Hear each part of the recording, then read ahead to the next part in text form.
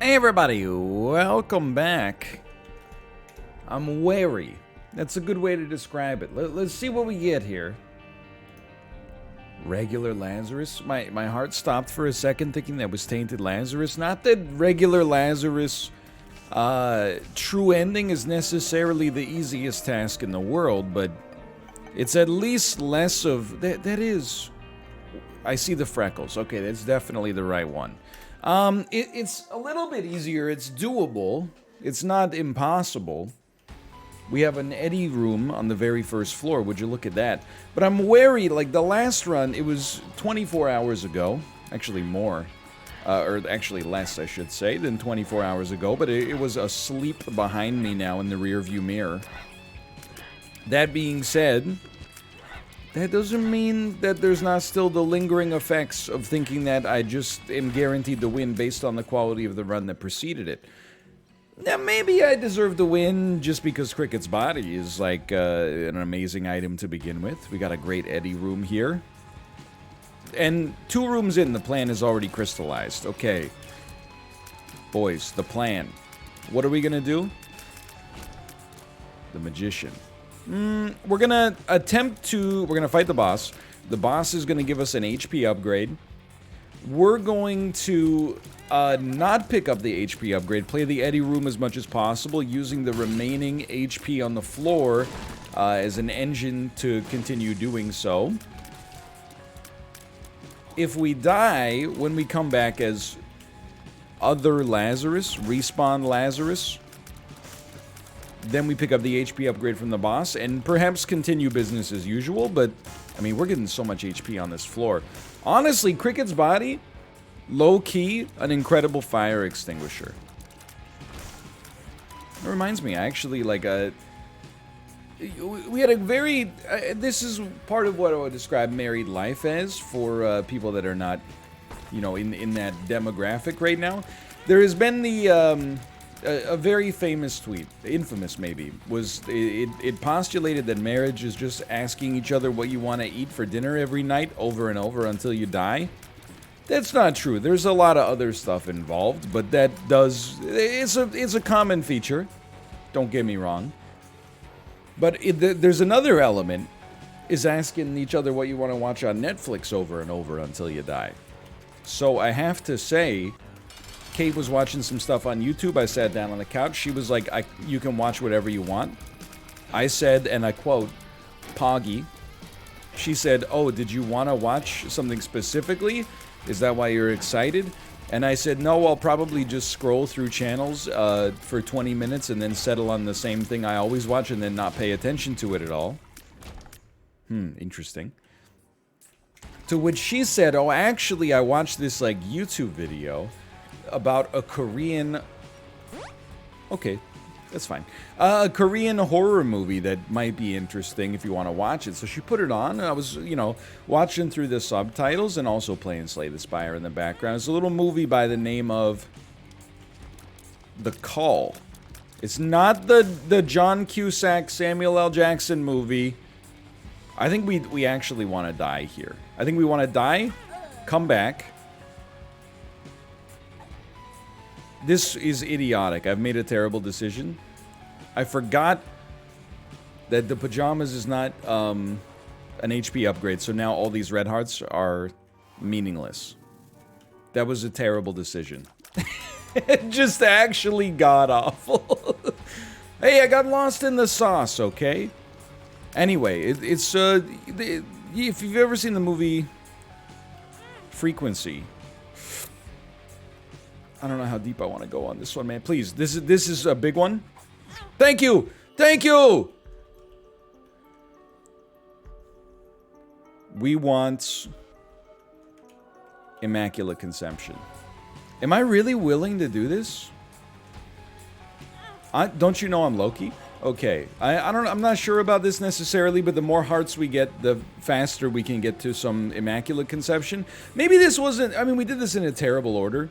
I think we definitely could have gotten either the 30 cents or the 7 Spirit Hearts if I just didn't sack my life. On the bright side, we are, you know, respawn Lazarus. That simplifies the run a little bit. Whether or not that's for the best remains to be seen.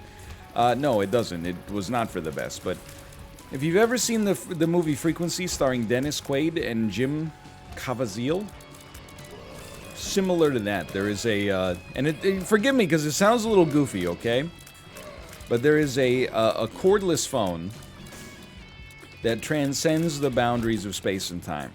It allows someone from the year 2020 to speak to somebody that I think is more in the year like maybe 1990. I didn't catch necessarily the specifics of it, but that seems apt to me. And it's a horror movie, you know, so I don't want to necessarily, you know, bury any possible leads here, but let's just say what appears to originally be a consequence-free good time for everybody to construct the best life possible, and leads to perhaps unforeseeable consequences. Now, I do need to tell you, it's not the best film I've ever seen in my life, but I actually thought it was pretty good. And it gave me an opportunity, because I had never heard of it, to test my movie radar. Kate said, "What did you think?" And I said, "I thought it was actually quite good."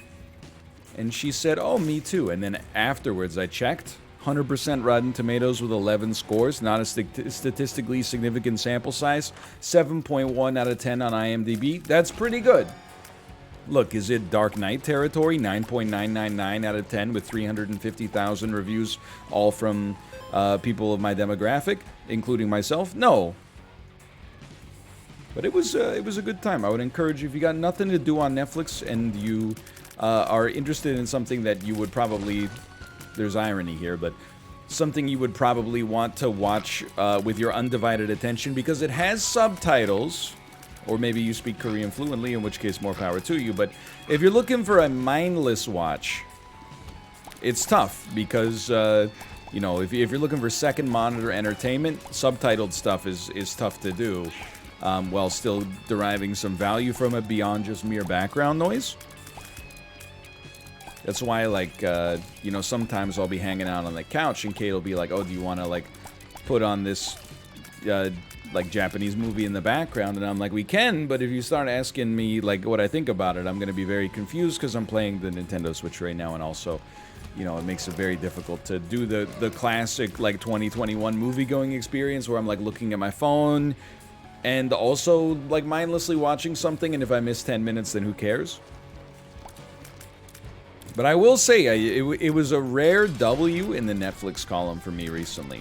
And it's funny, because I had originally started I'd started watching this documentary series called Cocaine Cowboys, about a couple of young guys in Miami who got wrapped up in the drug dealing industry.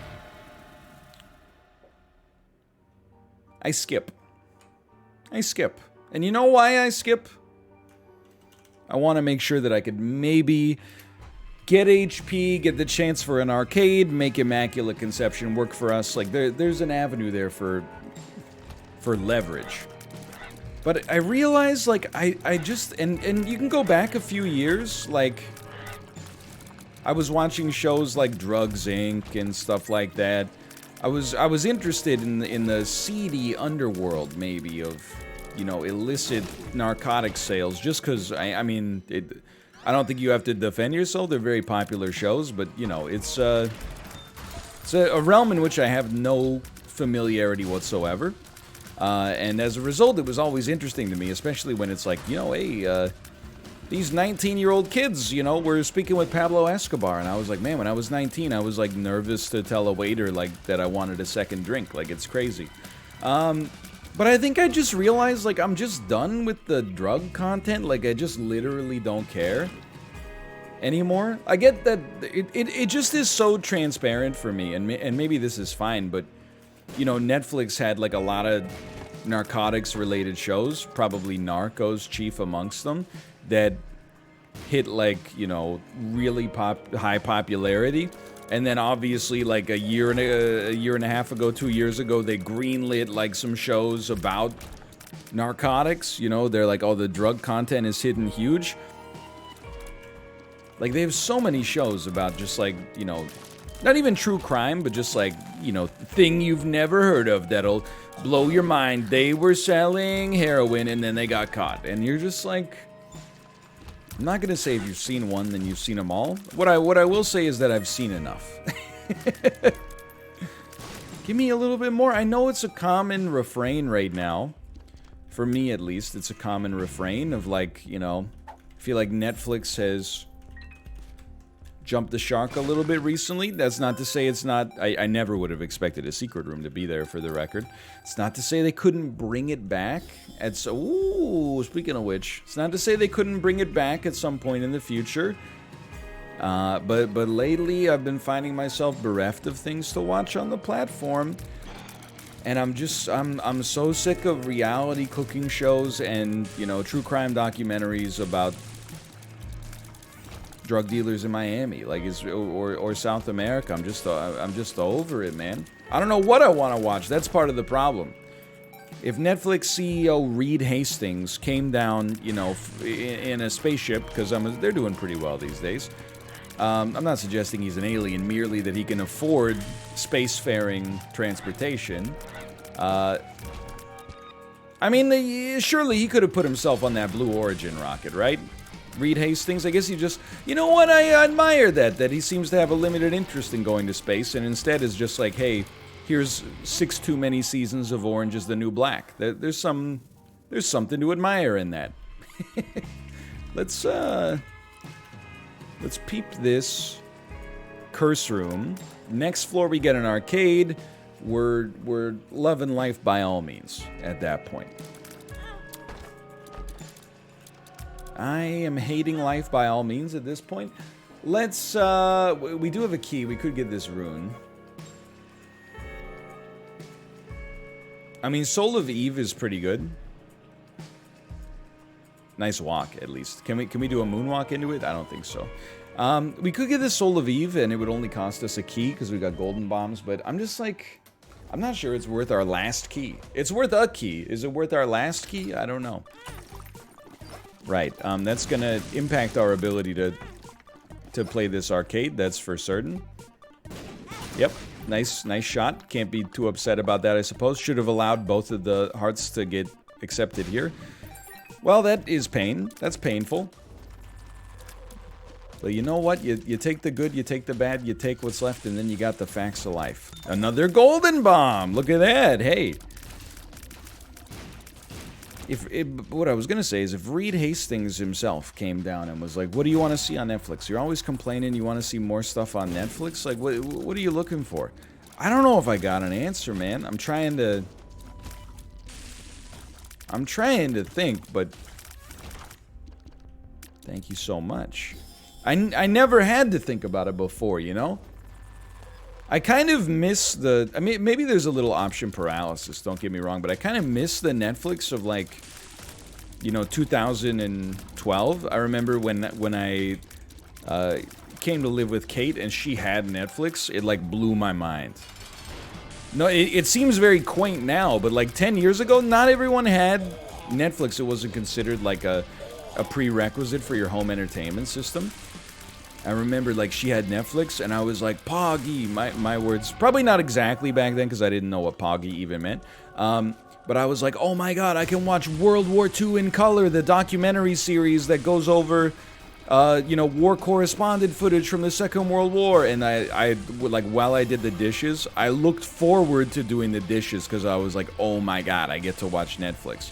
Now, maybe I've changed, maybe the service has changed. But now when I log into Netflix, I'm like, okay, here's my weekly chore to scroll through, you know, 70 new dating shows. Hey, we promised hot people $250,000 if they didn't blow each other over the course of 6 weeks in Hawaii. They couldn't get it done. Here's the results. I'm not even looking down at that kind of content, because, you know, I've watched enough 90 Day Fiancé to recognize that, you know, we're all garbage. I know a lot of people are going to be like, not me, I only watch enlightened stuff. Oh, really? Did you or did you not watch Darling in the Franxx? That's all I'm asking. You thought that I wouldn't know about potentially disreputable animes, and you're like, the only Western show I've ever watched is Game of Thrones, and I stopped after season 4 when they overran the books. Okay, congratulations. That's, like, very enlightened of you. Have you or have you not watched Love Hina? I'm just asking. I'm not trying to insinuate anything. I'm just offering a suggestion. I was from the Toonami era. I have enough names locked in my memory that, you know, you might be surprised at the things I know. We're all garbage, you know? Like, not in a negative way, but we all have stuff that we watch because it's incredible or uplifting, or it, like, changes the way that we see the world or whatever. It's just artful. And then we have stuff that we watch where we're like, it's been a long day. Let's watch these dummies ruin their lives. There's a little bit of column A and a little bit of, sometimes a lot of column B. I really tried. It worked out anyway, but I genuinely was trying to do my best to make this work properly. I'll just take a dice shard, which I'm very happy to see. I don't think I'll take a Libra. You can call me a coward if you want. We got Curse of the Tower, so you know you could take that cowardice to the blood bank, Senator Trent, if that's the kind of thing that interests you. I gotta remember, we're on Catacombs 2. It's actually a little bit of an interesting situation. Like, the run is good. It's certainly, like, with some HP, it's good enough to beat the beast. We could put in a small rush. Not a big rush, but a small rush, and have a reasonable chance to beat boss rush, or at least teleport out of boss rush, because we're going to have a fool card. And one killer item could make the difference here. Right now it looks fine, but I don't know, we'll see.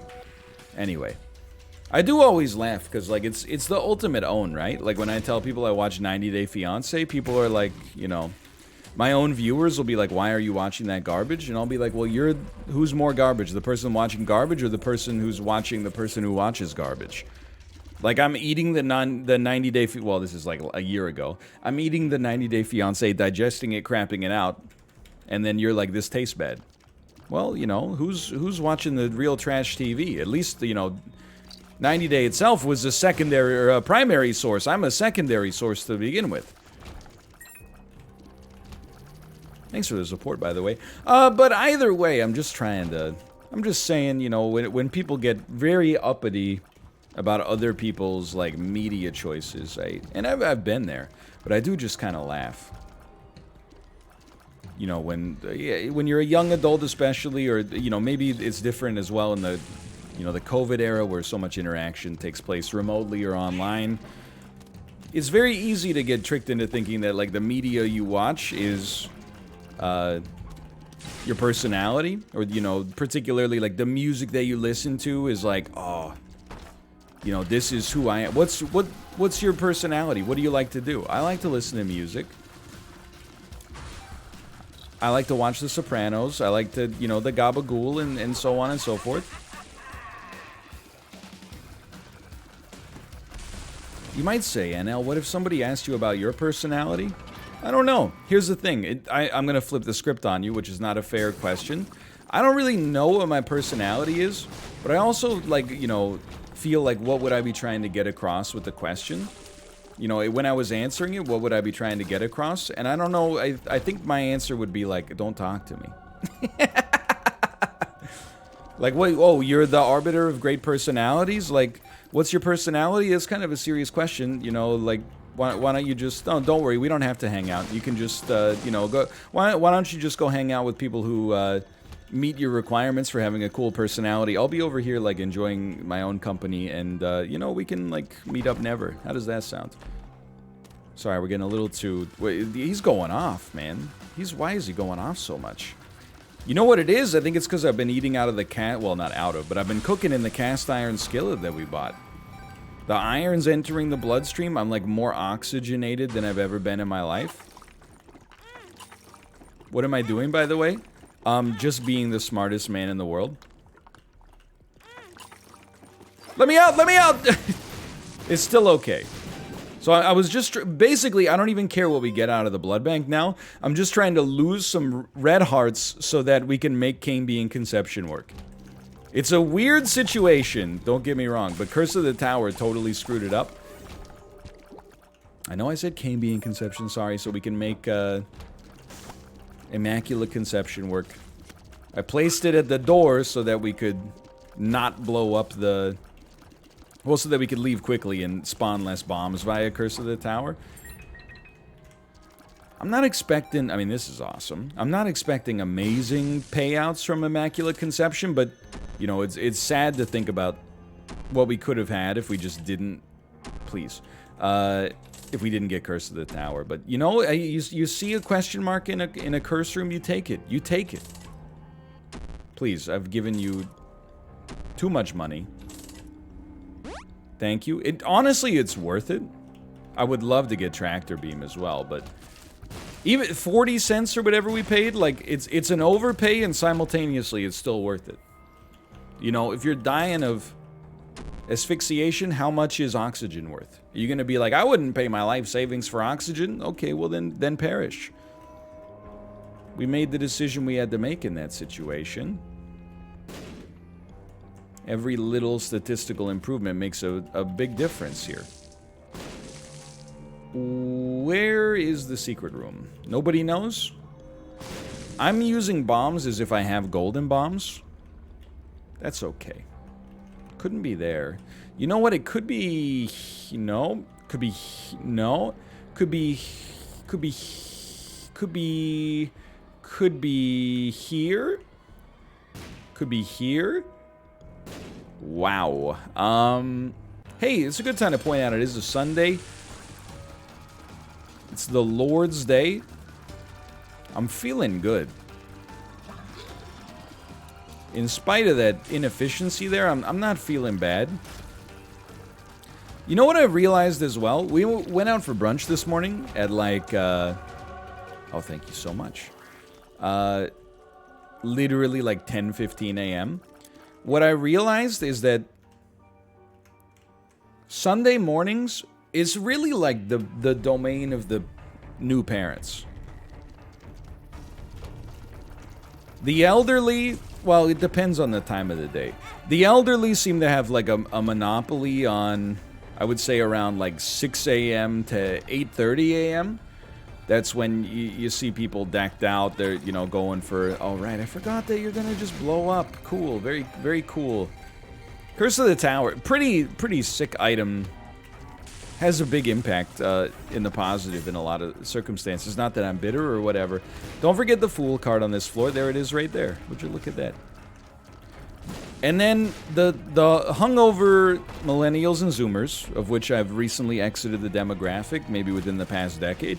They own, I would say, from about 11:30 onwards. They start waking up, depending on whether they're, you know, like early in their hangover career or late.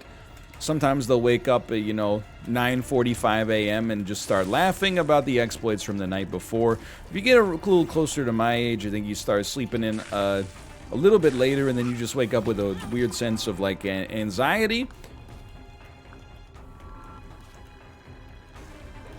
Just give it a sec, okay? Like, I know how this looks, so we can make it out of there.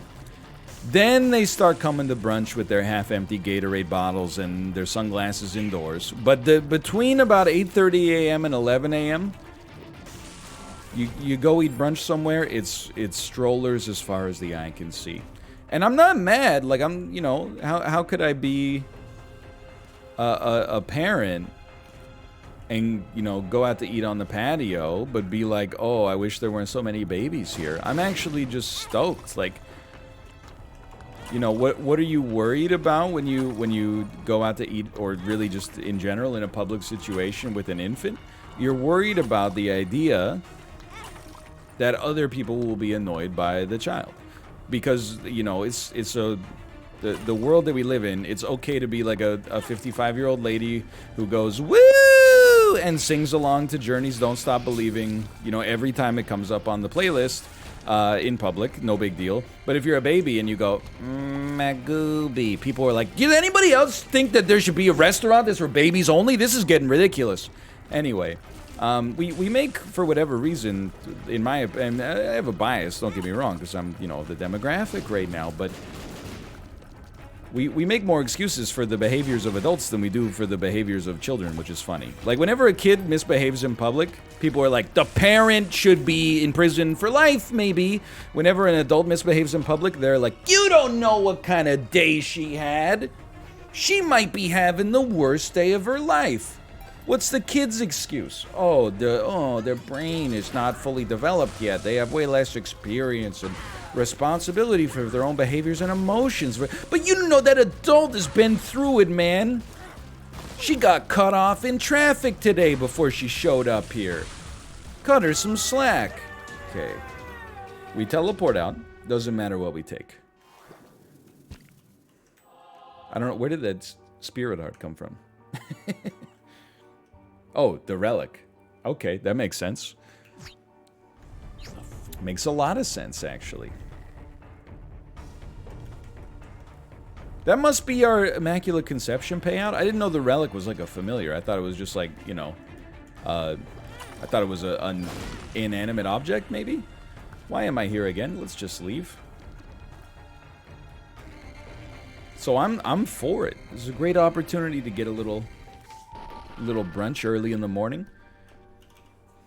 We bring our stroller, babies in strollers look at our stroller, we go, you can say hi, honey, you can say hi. And then the babies just look at each other and the parents give each other a knowing nod. Like, it's brunch time, baby. This is our time. Down here is our time. So it's been a good Sunday so far.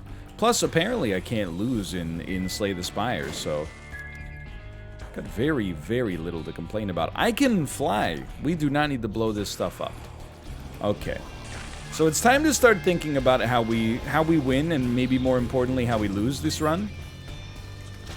This is sadly super common for the Beast for whatever reason, but we are a little weak from a power level standpoint. However, everything else is pretty groovy here. You know, I do see that we could maybe create a Meat Boy, because the final fight takes place in the air. I'm not sure about the caliber. I guess we might as well peep this. That's Genesis. Oh my god. So here's the deal. Like, Genesis may ruin our whole run. I don't even know why I'm fighting here. I guess we can get a second key piece. They won't get redrafted, though. I don't know how this works. But I actually, the more I look at this, the more I think it will work. Give me one of those. And you know what? Give me the card. Sure, that's fine. Cards could be somewhat important for, like, the final fight here, but I guess we'll... I don't know. Anyway, like, it's a little confusing. The thing with Genesis is it forces you to go up, but that's, like, maybe a bug. And the other thing is, right now, we kind of, like, we're on the precipice of going up. You know, I'm thinking that if we just beat this boss, we should be able to pop Genesis, redraft all our items, and then, it shouldn't throw us off course, but if it does throw us off course, then whatever, I guess. I don't know. It's a little strange, don't get me wrong.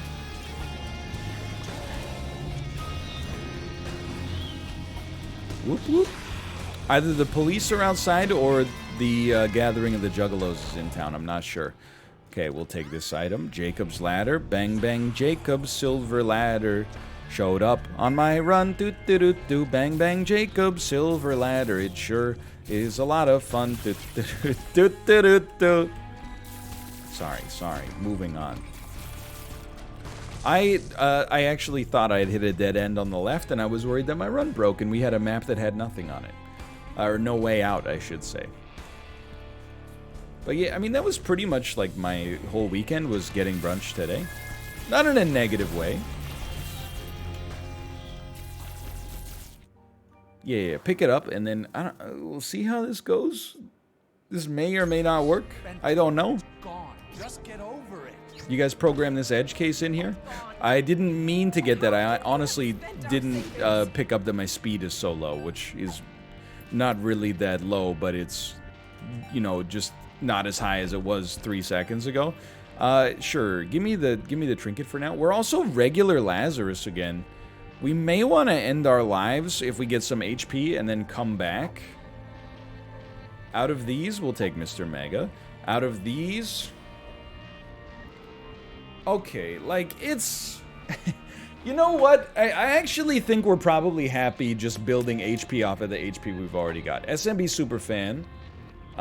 These are all good. I am hopeful that money equals power, because we're going to get consumables on the way up. I'm hopeful money equals power can get us there. HP is very important here, so... we'll take the tears upgrade. We'll take the piercing shots. There's a lot of tricky choices here. That's not one of them. Halo's probably the best. Technology. Of these, you know, we're probably not going to become Guppy, so give me Bob's Curse. We are one away from Spun, but HP is what HP is. Broken Modem is still really good. I mean, you just take Sacred Heart. That's a gimme.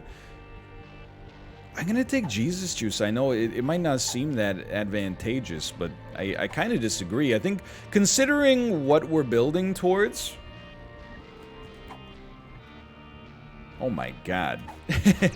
Considering the fight that we're building towards, I think that we're making some sensible decisions here. We'll take Bird's Eye. I don't think it's actually that good, but I don't think the other items were that applicable. More rate of fire increases. This is... We've made ourselves unbelievably powerful.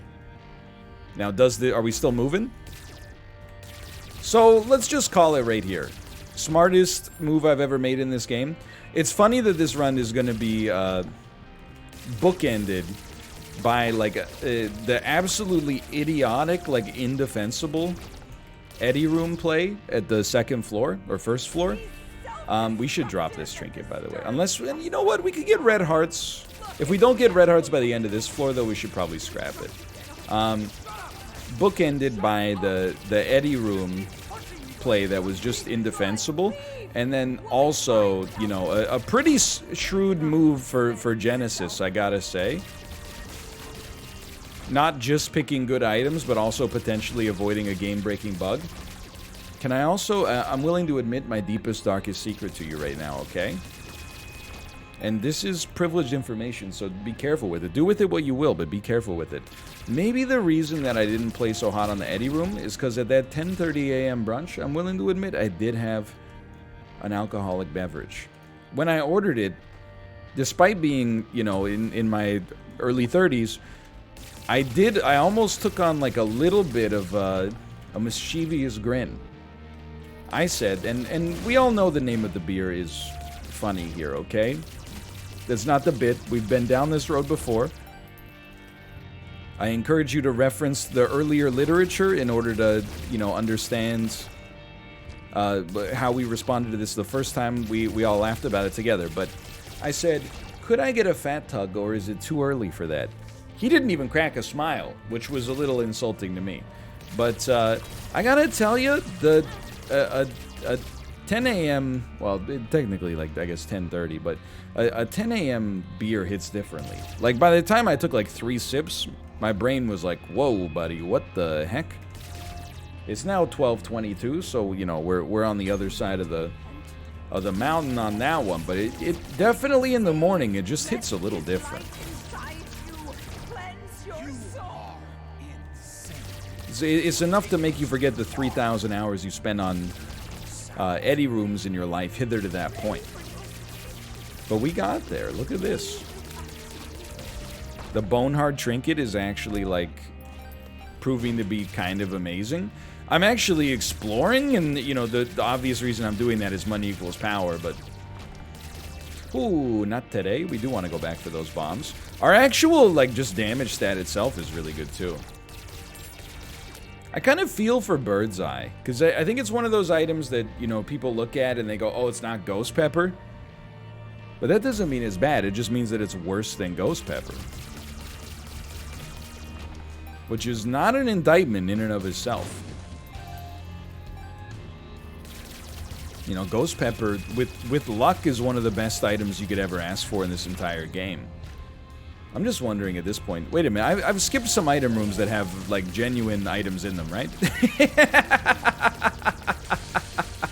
Maybe I'm not on the other side just yet. I'm telling you, dude, I joked to Kate when I ordered it. I was like, that's okay. When I get home, I'll just clean the bathrooms, and then I'll take, like, a 4-hour nap.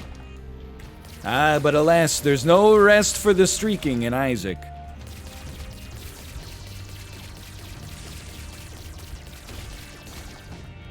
What did I get for brunch? I'm happy to admit, I just conjured a hypothetical chat question there. I'm happy to report that I ordered chicken and waffles. Not only delicious for one, but also, as I've said many times before, I'm not much of like an egg guy. And I understand the humor again. Forgive me for not, you know, paying it the lip service that it deserves. I literally made the joke probably like 40 times. I've been doing this for a decade. You know, it just comes up a lot.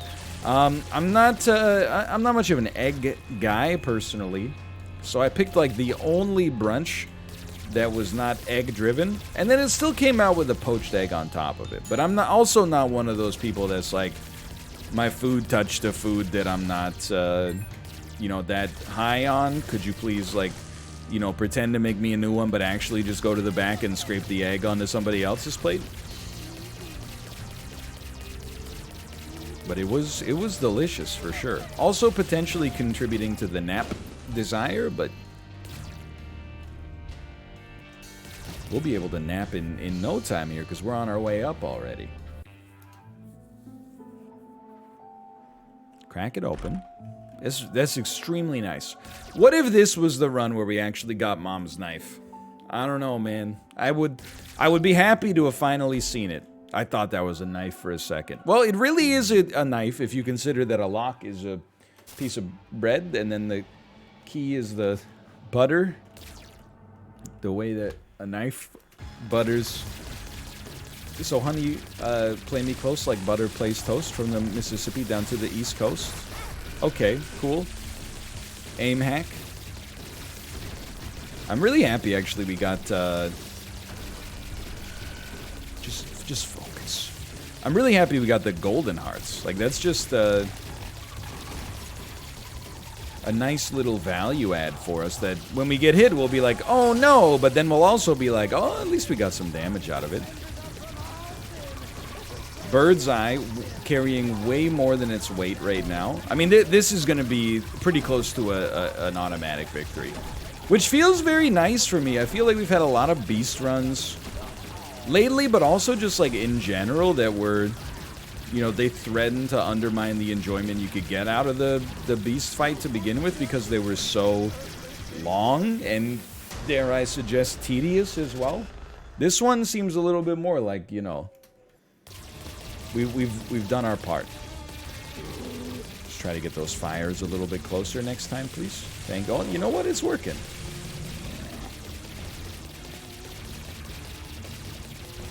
I still think that they should add a resign function.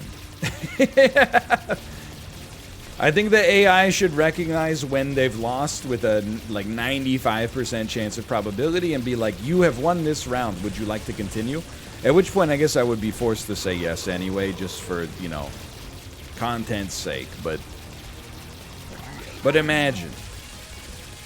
I think I'm the only person on Earth who wants that idea to happen.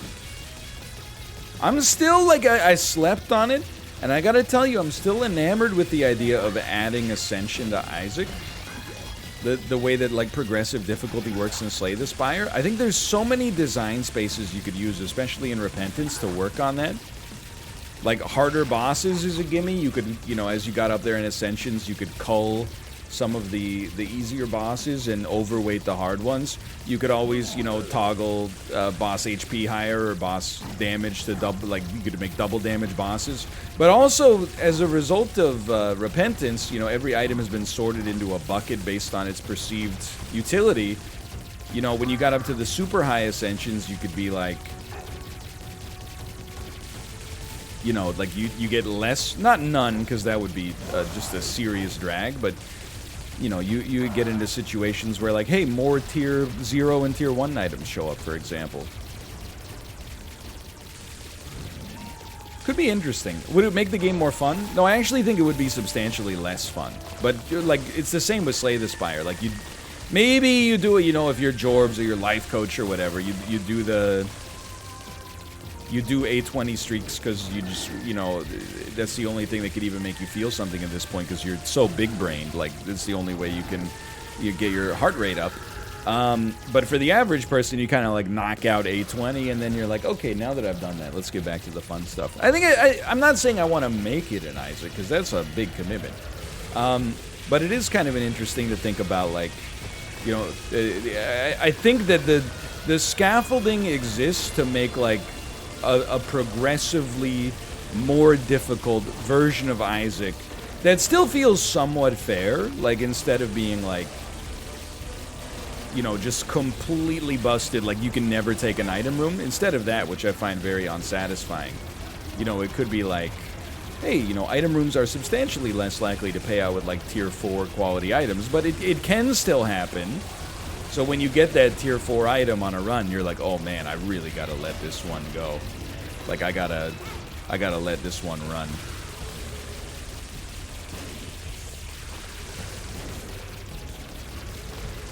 This one, though, I mean, I'm also content to keep playing at our present difficulty level and just dominating the game by superior gamesmanship, as you saw right there. That's 11 wins in a row, a palindrome. Hey, thanks for watching. Hope you enjoyed it. If you did, click the like button. It helps out a great deal. And, of course, subscribe if you want to see more in the future. But for now, thanks for watching. I'll see you next time. See ya!